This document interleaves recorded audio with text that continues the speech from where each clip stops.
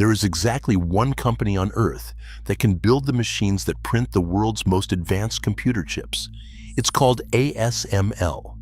It sits in a small town in the Netherlands, and the entire reason it has that power comes down to a single part almost nobody can name.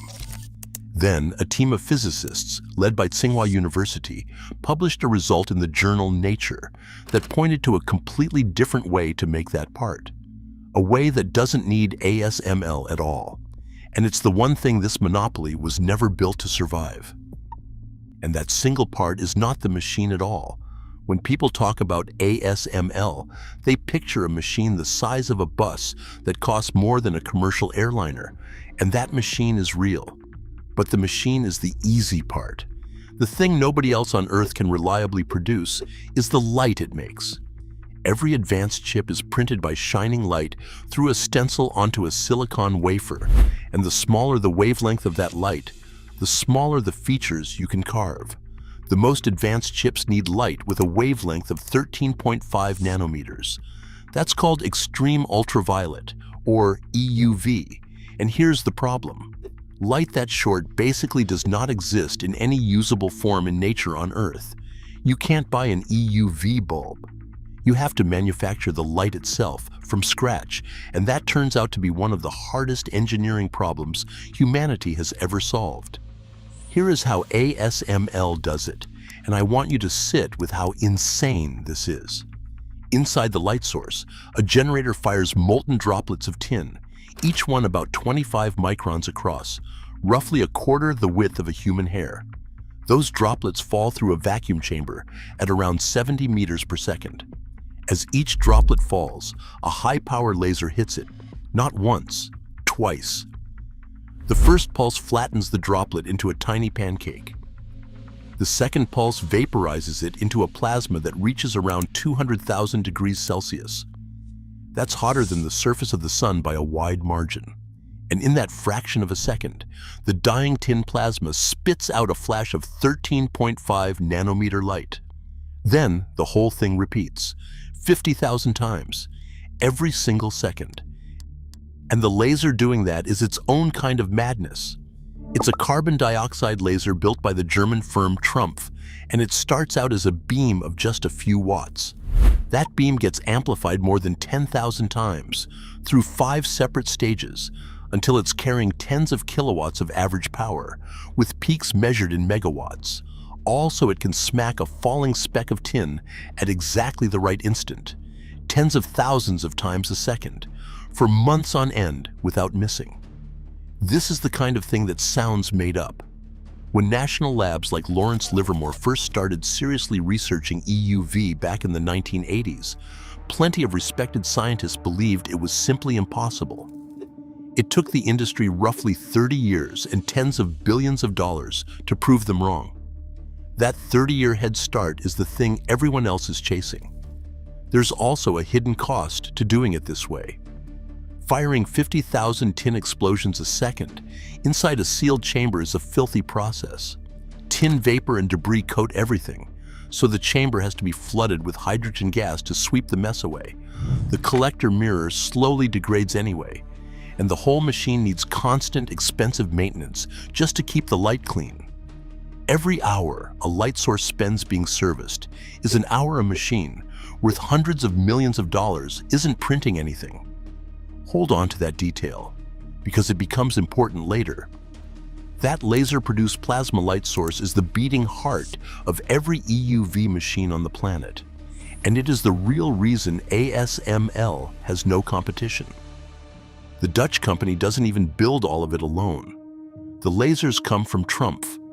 The mirrors, some of the flattest, most perfect surfaces ever manufactured, come from another German company, Zeiss. The plasma source technology traces back to a California company called Cymer, which ASML bought outright. What ASML actually owns is the ability to make all of these impossible pieces work together, tens of thousands of times a second, for thousands of hours without failing. Decades of accumulated knowledge, locked inside one company, protected by patents and gated by export controls. And this is where you have to understand just how much power that gives them. ASML is the sole manufacturer of EUV lithography machines, the only one on the planet. There is no second supplier anywhere in the world. A standard EUV machine already costs upward of $200 million, and the newest generation, the high-NA machines with bigger optics, run around $380 million each, roughly double. That's for one tool. To manufacture a single leading-edge chip, whether it's the processor in your phone or the AI accelerators training the models everyone's talking about, the pattern has to be printed by an ASML machine. There is no other door. That position pushed ASML's market value past $670 billion, a European record. When CNBC asked Chief Executive Christophe Fouquet what was stopping the company from charging even more, he essentially conceded they hold all the cards. And one analyst, Daniel Newman of the Futurum Group, put it bluntly, this company has the market completely cornered. So that's the board. One company, one impossible light source, an entire world of technology bottlenecked through a factory in the Netherlands. And that is exactly why the Nature paper mattered so much, because the whole American and Dutch strategy for slowing China down rests on one assumption. The assumption is that this light source is so hard to build that no one can recreate it in secret, and no one can go around it. Block the machine, and you block the chips. That was the entire theory of the case. Now, over the past couple of years, you've probably seen headlines and videos claiming that China secretly built its own EUV machine, that it cloned ASML, that the monopoly is already broken. And most of that coverage is either exaggerated or flat out wrong. China has not cloned ASML's scanner. Copying that plasma source, part for part, tin droplet for tin droplet, would take years the country doesn't want to spend and might never fully catch. So the researchers at Tsinghua University did something much more interesting. They went after the light itself, using completely different physics. To understand what they built, forget tin droplets entirely. Picture instead a ring, a racetrack for electrons, called a storage ring, the kind of particle accelerator you normally find at a national physics laboratory. You take a beam of electrons, you accelerate them to nearly the speed of light, and you send them looping around the ring over and over.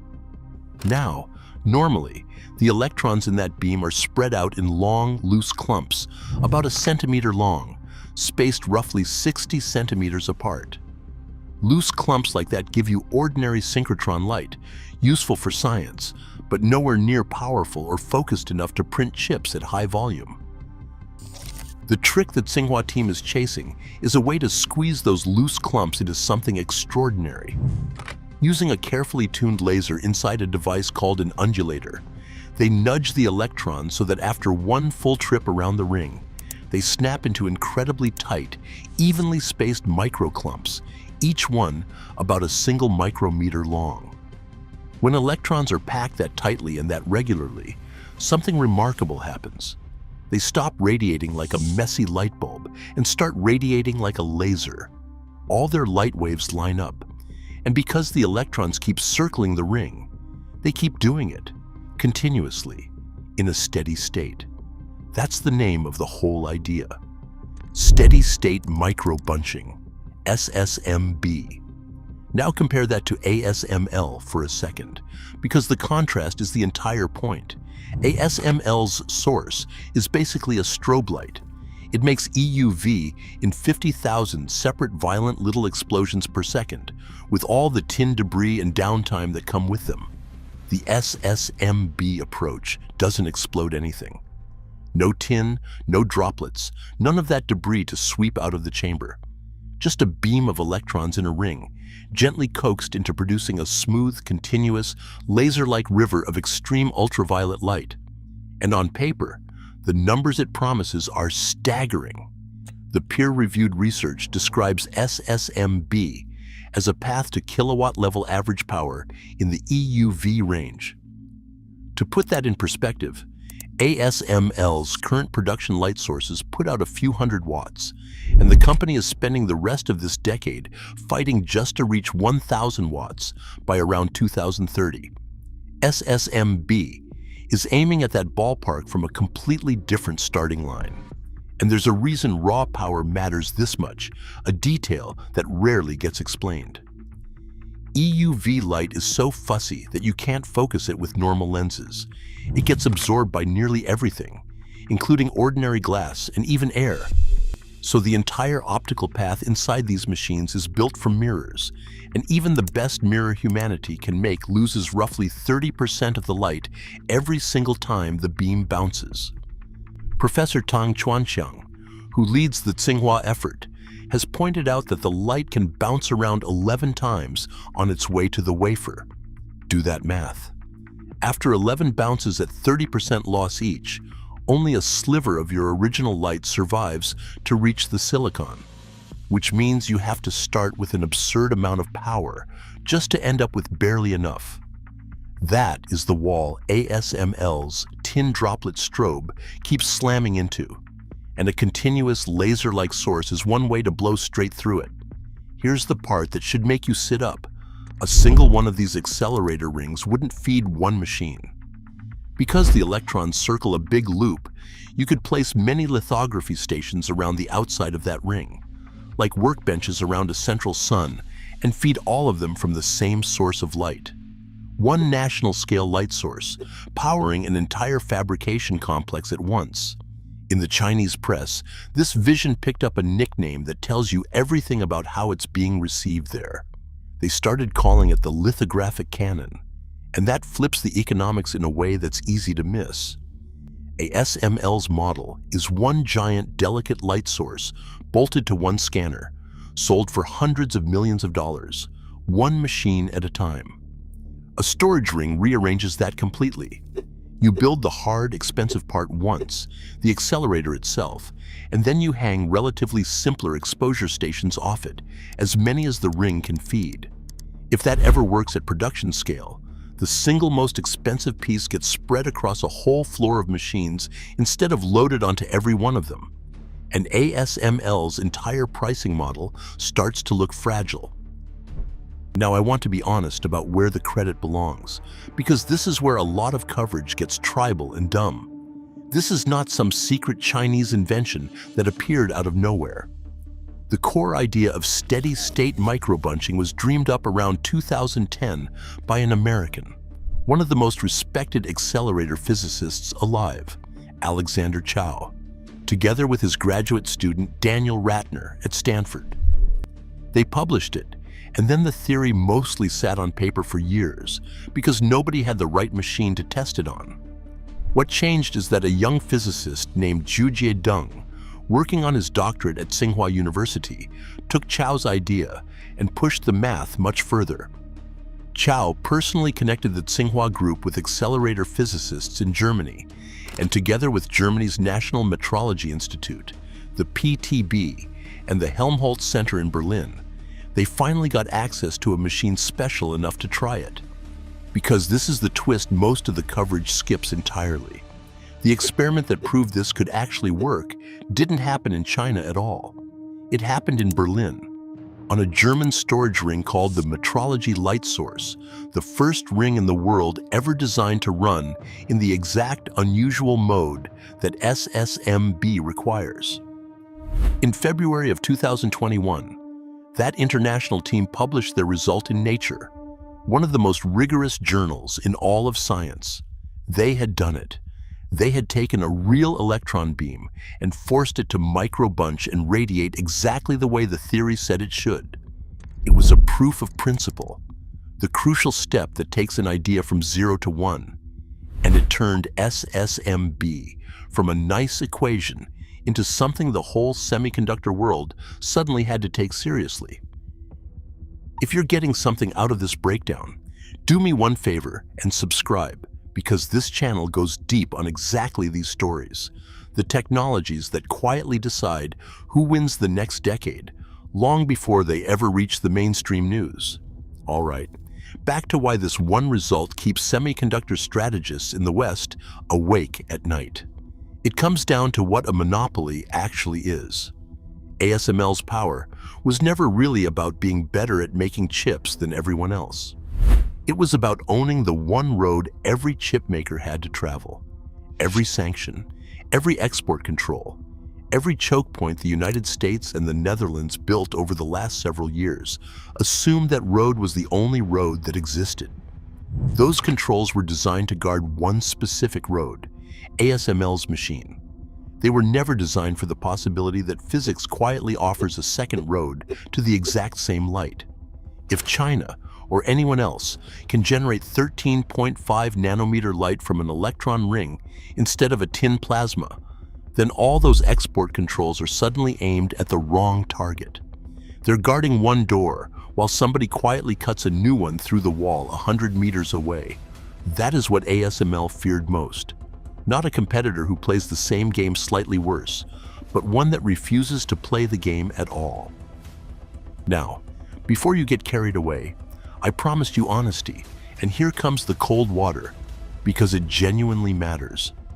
That 2021 experiment demonstrated the mechanism. It did not build a working chip factory. The gap between those two things is enormous, and anyone telling you the monopoly is already finished is selling something. In that proof of principle setup, the electron bunches carried a tiny fraction of the charge a real high-power source would need. Turning a laboratory demonstration into a machine that reliably prints millions of chips with almost zero defects is a completely different mountain to climb. And this is the sobering part for anyone rooting for a fast upset. Remember that ASML's own journey, from EUV being called impossible to a working production machine, took about 30 years. China is effectively starting that clock now, on the light source alone. And the light source is just one component of a machine with hundreds of thousands of them. Researchers at the European Chip Research Center, IMEC, point to the hardest part of all, what they call the yield gap. That's the brutal distance between making beautiful light in a lab and printing millions of chips where almost none come out defective. You can have the most powerful, cleanest EUV beam ever built and still fail completely if your mirrors are a nanometer out of alignment or your resist chemistry isn't perfect. That's the part money genuinely cannot shortcut. It takes time, repeated failure, and a decade of hard-won learning that can't be downloaded or stolen. There's also a reason this hasn't already happened, and it isn't that Western engineers were asleep. Building a storage ring is a massive undertaking. We're talking about a facility with a ring somewhere between 100 and 150 meters around, according to plans reported by the South China Morning Post, for a site in China's new Xiong'an district. That's a national infrastructure project, not a product you roll off an assembly line. And even the underlying physics still has open questions. Getting from the Berlin demonstration to a stable, kilowatt-class EUV cannon that runs 24 hours a day inside a working factory is years of hard work at absolute minimum, and it could still hit a wall nobody has found yet. But none of that lets ASML relax, and the reason is simple. China is not the only one who noticed. In the United States, a startup called X-Light is chasing a closely related idea, using a large particle accelerator and a free electron laser to generate EUV light and pipe it into existing scanners. Serious money and serious physicists on both sides of the Pacific have quietly reached the same conclusion at the same time. The tin droplet strobe light, as miraculous as it is, might not be the final answer, and the future of the most important light in the world might belong to particle accelerators instead. The moment that stops being a maybe and becomes a when. ASML's decades of accumulated advantage in tin plasma engineering stops being an unbreakable moat. Think about what a cheaper, higher power, cleaner light source would actually do to the economics. Right now, every wafer that comes out of a leading fab carries a slice of that $380 million machine cost baked into its price, plus all that maintenance downtime from the tin debris. The entire industry is organized around scarcity. A small number of these tools, all from one supplier, rationed out to the handful of companies that can afford them. Crack the light source open, and the effect goes far beyond helping one country. You threaten the scarcity itself, which is the exact thing that makes ASML worth $670 billion in the first place. Some analysts have started sketching a future where advanced chipmaking splits into two separate tracks, a Western one built around ASML's EUV, and a Chinese one built around accelerators and brute force workarounds. Whether or not that full split ever happens, the shift is that it's now even plausible. For 20 years, there was effectively one path to a cutting-edge chip. That is starting to change. And leverage is really the word that matters here. For years, the export controls worked partly because everyone involved believed they were airtight, that there was simply no way around ASML. The moment a credible alternative exists, even one that's a decade away from a working factory, that belief starts to crack. It changes how China negotiates. It changes how hard the West can squeeze without pushing rivals to build their own stack. And it changes how comfortable the world's chipmakers feel betting their entire futures on a single supplier in a single small country. Those controls leaned heavily on everyone's confidence that there was simply no way around ASML, and steady-state microbunching doesn't have to print a single chip to start eating away at that confidence. That is also why the money is moving the way it is. China has reportedly poured the equivalent of tens of billions of euros into building a domestic lithography ecosystem from the light source up, and the SSMB effort is one of the crown jewels of that push. There's even a second, noisier Chinese effort chasing EUV a different way again, using something called laser-induced discharge plasma, though that one is far less proven and wrapped in a lot more rumor. The point is the sheer scale of the ambition. That kind of spending is a bet on the next generation of lithography entirely. Michael Purvis, one of ASML's own lead technologists on EUV light sources, has spoken openly about how hard they're pushing their tin plasma design toward 1,000 watts and beyond, and that confidence is completely earned. But it is the confidence of the incumbent, the one company betting everything on the current approach staying on top. So let's come all the way back to where we started. One company, one town in the Netherlands, one impossibly hard to make part that the entire modern world runs on, and that an entire geopolitical strategy was built to protect. What that international team demonstrated in a Berlin laboratory does not break ASML's monopoly today, and it might not for a decade. But it proves something almost as dangerous to it. It proved the monopoly was never permanent.